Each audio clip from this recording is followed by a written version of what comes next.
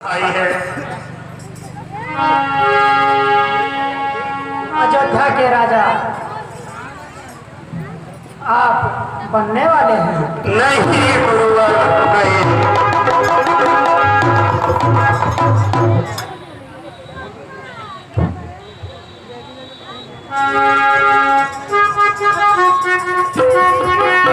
क्या हुआ पुत्र, तुम्हें राजा बनने में क्या परेशानी है?